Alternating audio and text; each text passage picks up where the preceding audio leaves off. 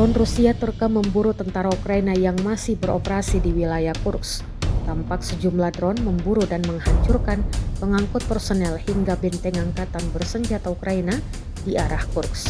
Rekaman detik-detik serangannya diunggah di Telegram pada Kamis 27 Februari 2025. Dalam keterangan unggahan disebutkan, inilah momen perhitungan drone demi mengurangi jumlah peralatan dan personel tentara Ukraina di wilayah perbatasan Kursk.